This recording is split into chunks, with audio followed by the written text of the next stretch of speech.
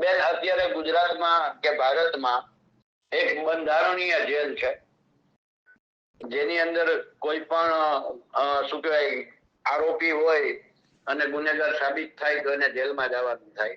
અને બીજી ભાજપની જેલ છે.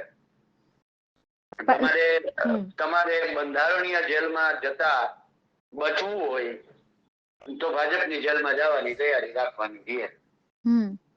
બરાબર છે. એટલે બંધારણીય જેલમાંથી બચવા માટે અને ભાજપની જેલમાં જવા માટે પણ હું એવું માનું છું કે રાજુભાઈ છે એનો દેહ કદાચ ત્યાં ભાજપની જેલમાં જતો હશે. રાજુભાઈ કરપડાનો અંતરાત્મા ક્યારેય ભાજપની જેલ પસંદ ના કરે.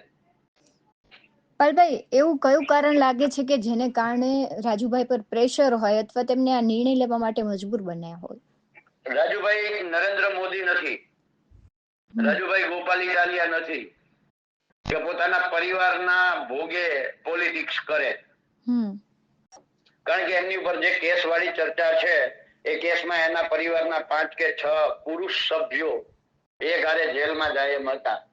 એટલે કદાચ રાજુભાઈ કદાચ એવો નિર્ણય કર્યો હોય, બરાબર છે, કે આખા પરિવારને જેલમાં નાખવો એના કરતા હું પોતે ભાજપની જેલમાં જતો રહું.